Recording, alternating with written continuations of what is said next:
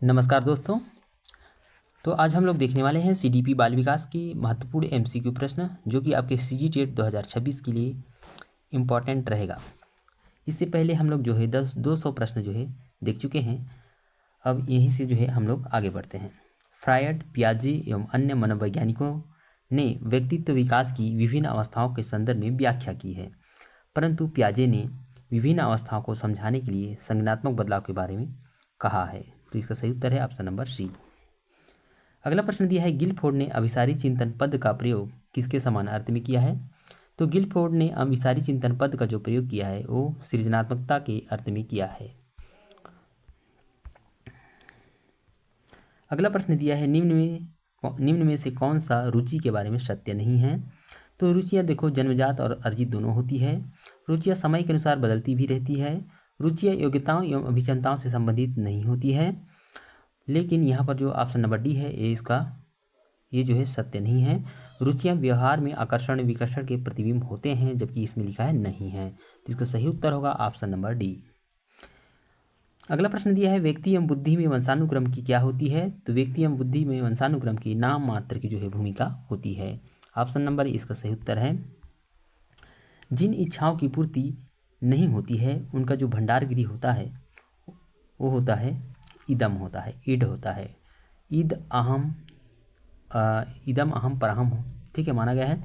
ईड, ego और super ego कहते हैं इसको। तो इसका सही उत्तर होगा ईड, इदम। अगला प्रश्न देखते हैं, रक्षा तंत्र बहुत सहायता करता है। तो रक्षा तंत्र दबाव से निपटने में जो है सहायता करता है। अगले प्रश्न की ओर बढ़ते हैं।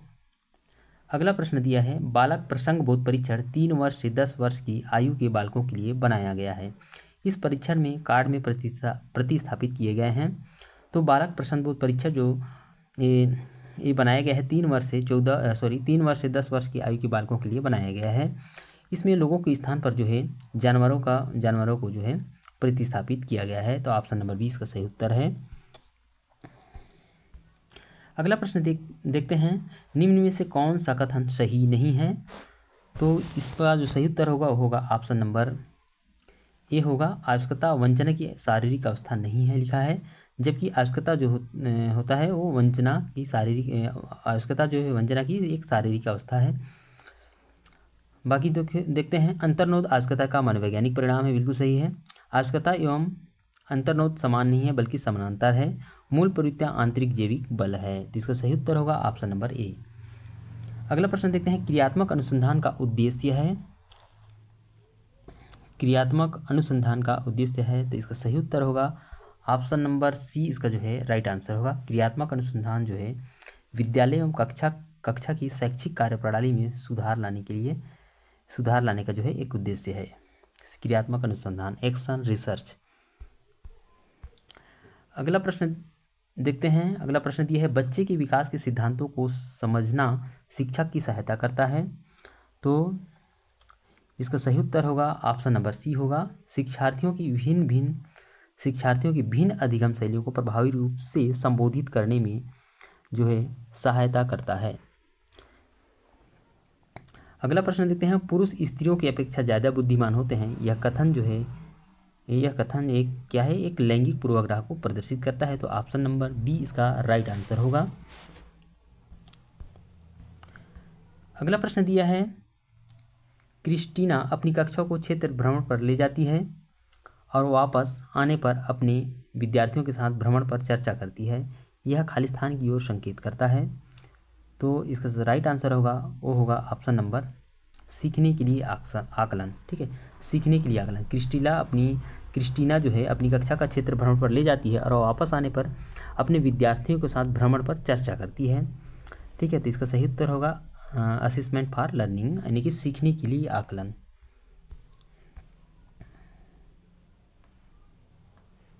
अगला प्रश्न दिया है, शिक्षार्थियों को खालिस्तान के लिए प्रोत्साहित नहीं करना चाहिए। तो शिक्षार्थियों को जो है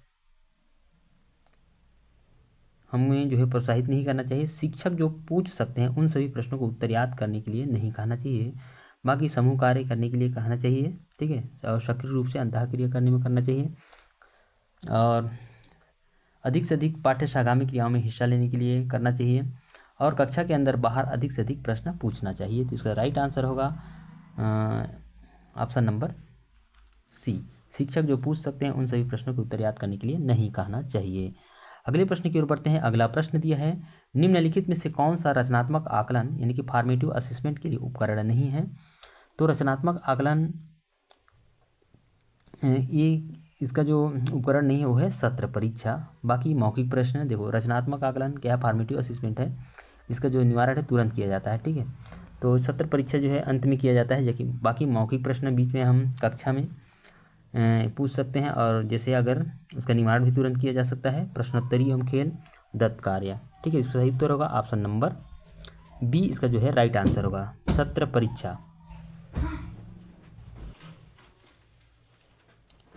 अगला प्रश्न दिया है, भारतीय समाज की बहुभाषिक विशेषता मल्टीलैंग्वेज कैरेक्टर को खालिस्तान के रूप में देखा जाना चाहिए। बहुभाषिक विशेषता यानी कि जहाँ बहुत से भाषाएं बोलने वाले हो, ठीक है। तो इसको हमको विद्यालय जीवन को समृद्ध बनाने के संसाधन के रूप में देखना चाहिए। ऑप्शन नंबर ए इसका राइट आंसर है।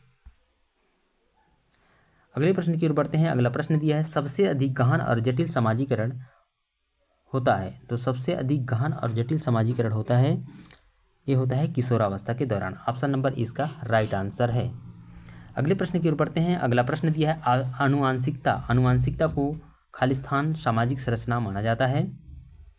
तो आनुवांशिकता को जो है एक स्थिर सामाजिक संरचना माना जाता है। ऑप्शन नंबर सी इसका सही उत्तर है। अगला प्रश्न दिया है, पियाजे के अनुसार विकास की पहली अवस्था के दौरान बच्चा खालिस्तान में सबसे बेहतर तरीके से सीखता है। तो पहली अवस्था जो कि होती है संवेदीगामक अवस्था, ठीक है। तो इस अवस्था में सेंसरी मोटर स्टेज की अवस्था में जो है इंद्रियों के प्रयोग द्वारा जो है बच्चा जो है बेहतर तरीके से सीख सकता है। ऑप्शन नंबर डी इसका राइट आंसर है। अगला प्रश्न दिया है, सीखने का वह सिद्धांत जो पूर्ण रूप से केवल अवलोकनीय व्यवहार पर आधारित है, सीखने के खालिस्तान सिद्धांत से संबंध है। तो सीखने का वह सिद्धांत जो पूर्ण रूप से और केवल अवलोकनीय व्यवहार पर आधारित होता है उसे हम कहते हैं व्यवहारवादी। इसका सही उत्तर होगा ऑप्शन नंबर बी, व्यवहारवादी। अगला प्रश्न है, सिद्धांत के रूप में रचनावाद, सिद्धांत के रूप में जो रचनावाद जो है दुनिया के बारे में अपना दृष्टिकोण निर्मित करने में शिक्षार्थी की भूमिका पर बल देता है। इसका सही उत्तर होगा ऑप्शन नंबर ए, दुनिया के बारे में अपना दृष्टिकोण निर्मित करने में शिक्षार्थी की भूमिका पर बल देता है।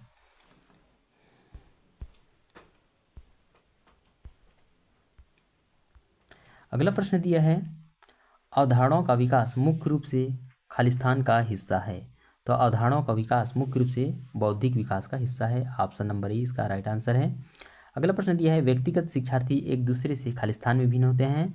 तो व्यक्तिगत शिक्षार्थी जो है एक दूसरे से विकास की दर में भिन्न होते हैं, बाकी विकास का क्रम जो है एक समान होता है।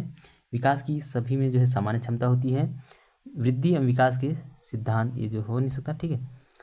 तो इसका सही उत्तर होगा ऑप्शन नंबर, विकास की दर में भिन्न होते हैं। अगला प्रश्न दिया है, बच्चे के उचित विकास को सुनिश्चित करने के लिए उसका स्वस्थ शारीरिक विकास एक महत्वपूर्ण पूर्व आवश्यकता है। यह कथन जो है सही है, ठीक है। यह कथन क्या है, सही है, क्योंकि शारीरिक विकास जो होता है विकास के अन्य पक्षों के साथ जो है साथ अंतः संबंधित है, ठीक है। आपका शारीरिक विकास अच्छा रहेगा तो आपका सभी विकास जो है अच्छा ही रहेगा, ठीक है। तो इस प्रकार सभी पक्ष जो है एक दूसरे से अंतः संबंधित होते हैं। शारीरिक विकास रहेगा तो आपका मानसिक विकास अच्छा होगा, मानसिक विकास अच्छा होगा तो आपका सामाजिक विकास अच्छा होगा, और सामाजिक विकास होगा तो आपका संवेगात्मक भावात्मक विकास भी अच्छा ही होगा। इस प्रकार बच्चों का जो है सर्वांगीण विकास हो पाएगा। अगले प्रश्न की ओर बढ़ते हैं। मानव विकास कुछ विशेष सिद्धांतों पर आधारित है, निम्नलिखित में से कौन सा मानव विकास का सिद्धांत नहीं है?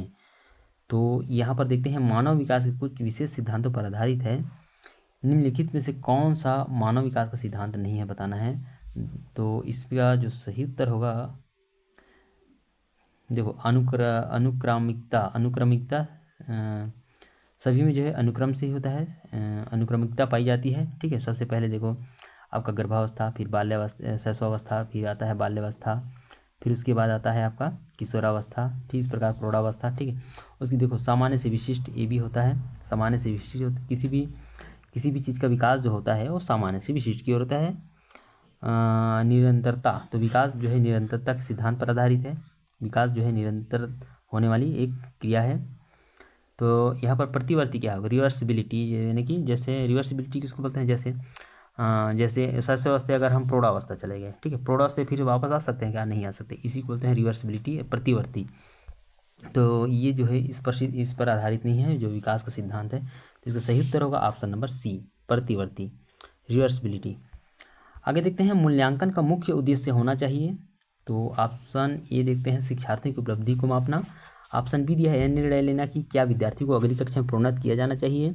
सीखने में होने वाली कमियों का निदान और उसका उपचार करना, यही इसका सही उत्तर होगा। ऑप्शन नंबर सी जो है इसका राइट आंसर होगा।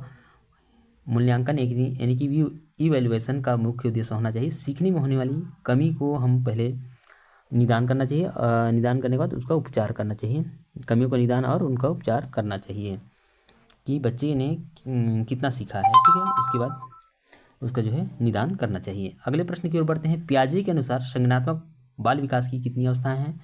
तो पियाजे के अनुसार संज्ञानात्मक विकास की जो 4 अवस्थाएं पाई जाती है, ठीक है, हम सभी जानते हैं। सबसे पहले आता है आपका सेंसरी मोटर स्टेज, जिसको बोलते हैं संवेदीगामक अवस्था। उसके बाद है दूसरा है प्री कन्वेंशनल स्टेज। उसके बाद तीसरा है कॉन्क्रीट ऑपरेशनल स्टेज। उसके बाद चौथा आता है क्या बोलते हैं इसको, औपचारिक संक्रियात्मक अवस्था। ठीक है, तो 4 अवस्थाएं हैं। तो इसका जो सही उत्तर होगा ऑप्शन नंबर बी, 4 अवस्थाएं पाई जाती हैं। अगला प्रश्न दिया है शिक्षा मनुष्य में अंतर्निहित क्षमता का परिपूर्णता में विकास करते हैं, यह कथन किसका है। तो शिक्षा मनुष्य में अंतर्निहित क्षमता का परिपूर्णता में विकास करते हैं, यह कथन है स्वामी विवेकानंद का। ऑप्शन नंबर ए इसका राइट आंसर है। अगला प्रश्न दिया है बिग्गी एवं हंट के अनुसार खालिस्तान की विशेषताओं को सर्वोत्तम रूप से व्यक्त करने वाला एक शब्द है परिवर्तन शारीरिक, सामाजिक और मनोवैज्ञानिक होता है। तो किस अवस्था के लिए कहा गया है, ये कहा गया है किशोरावस्था के लिए। ऑप्शन नंबर सी इसका जो है राइट आंसर है। अगले प्रश्न की ओर बढ़ते हैं। अगला प्रश्न दिया है एक बालक जिसकी बुद्धि उपलब्धि IQ जो है 105 है, उसे वर्गीकृत किया जाएगा। तो अगर एक बालक है जिसकी, देखो सबसे पहले क्या आता है, जो होता है 90 से 110 के बीच, 90 से 110 के बीच सामान्य बालक होते हैं। ठीक है, तो इसका सही उत्तर होगा ऑप्शन नंबर सी, सामान्य बालक। 110 से आपका 120 की इसकी बीच होता है आपका, ये होते हैं प्रखर बुद्धि के होते हैं। उसके बाद 120 से 130 के बीच होते हैं आपका उच्च बुद्धि के। उसके बाद होते हैं 130 से ऊपर, ठीक है, ये होते हैं प्रतिभाशाली बुद्धि के होते हैं 130 या 140 से ऊपर। ठीक है, तो इसका सही उत्तर होगा ऑप्शन नंबर सी जो है इसका राइट आंसर होगा। सामान्य बुद्धि के बच्चे होते हैं जो 105 बुद्धि लब्धि के होते हैं।